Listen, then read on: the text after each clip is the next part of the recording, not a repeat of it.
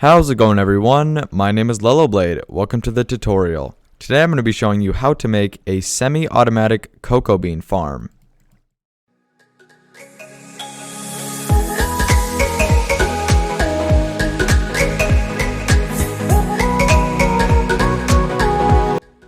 Before we get into it, remember to subscribe, hit the bell, and leave a like, as I really appreciate it. Now let's get into it.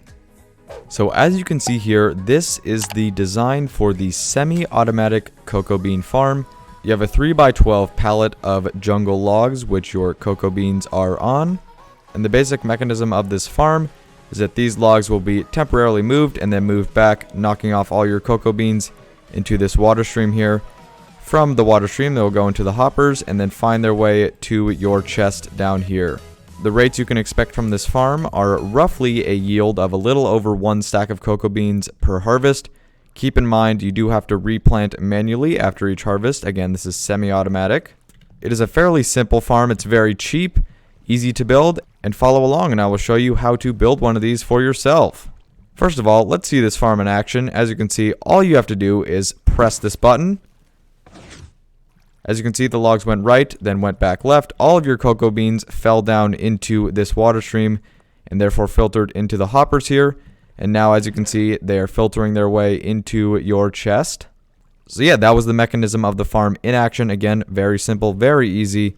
And the materials you're going to need for this farm are as so. You're going to need roughly 1 stack of any block of your choice. You're going to need 36 jungle logs, 36 cocoa beans, 6 pistons, 32 redstone, 4 redstone repeaters, 1 button, it could be any type of button you like, 4 hoppers, 2 chests, 2 pieces of glass, and a water bucket. Now without any further ado, let's get into building this thing. Now the first thing you're going to do is find where you want the front and center part of your farm to be, find that spot, and dig down 2 blocks, and then the one right next to it, dig down 2 again, and in this hole we've created, place a double chest right there. For this next part, we are simply going to be breaking some blocks and making some space for ourselves. So first of all, what you're going to do is break 1, 2, 3, 4. And then you're going to again break 1, 2, 3, 4. And then coming down in this hole we've just created, only this top layer, not this bottom one, you're going to dig 1, 2, 3, 4, 5. And you're going to do the same right here. 1, 2, 3, 4, 5. And then on the other side, you're going to go 1, 2, 3, 4, 5.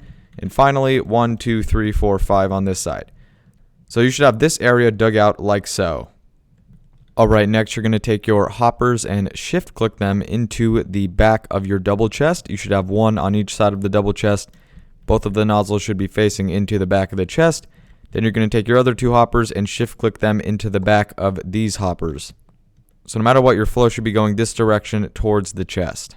Next, we're going to take our jungle logs and simply build towers 3 high everywhere right on this surface here next to our gap we have just dug out. So simply put towers all the way along like so. You should have 12 towers total.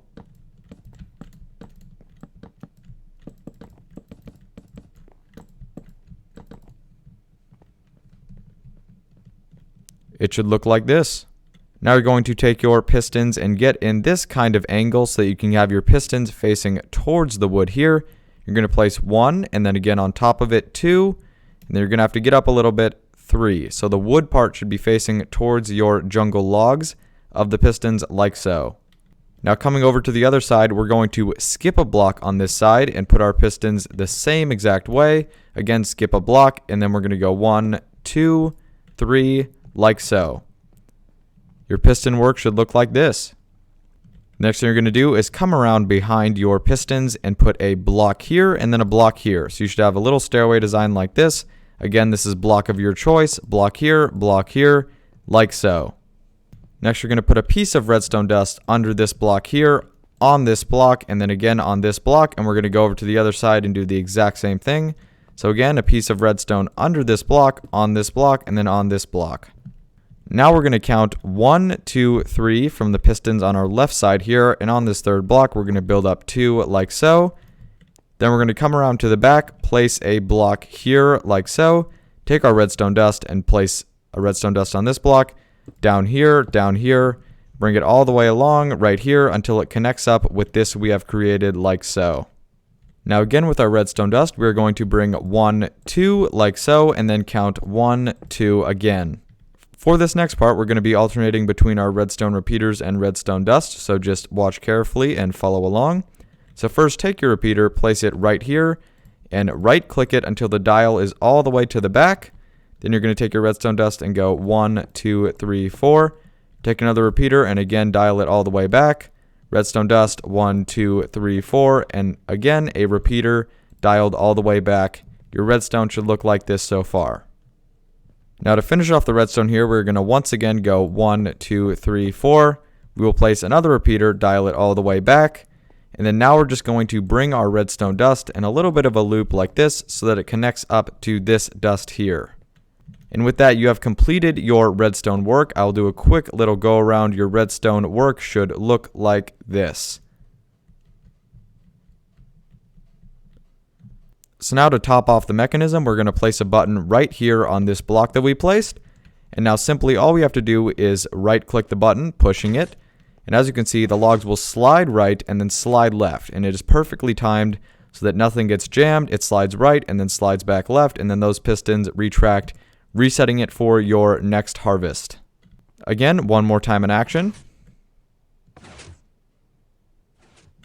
If your mechanism is working like that, you are on the right track. So the next thing we're going to do is carve out a little bit of an area for our drops. So first of all, we're going to break 1, 2, 1, 2 in front of the chest like so. Then you can come around right here and break this one and break this one as well. Now you're going to take your glass and right above the chest, place 1, 2 like so. And you should still be able to open your chest. That is exactly what we want. Next, you're going to take your water bucket and place a source here and a source here. Then we're going to go over to the other side and do the exact same thing. A source here, a source here. And as you can see, your water flow will flow from both directions right over these hoppers, which is exactly what we want. Now this last bit of the design is just going to be using our block of choice to kind of clean up the area a bit. This is technically the mechanism done besides the cocoa beans being planted. But yeah, I'm just going to show you how I would use our block of choice to clean this up. So first of all, we should make a guardrail here just to ensure that all of our drops end up in the water stream. Next, we can take our block of choice and simply build up just a little bit of a wall. I would recommend even 4 high looks pretty nice. And then what I would also recommend is bringing a frame across the top of your pistons and logs like so. And then because we have this awkward space here, we can just start our wall right here. Bring it all the way up. And on this side again, bring the wall all the way up. And then again, finally bring the wall all the way up.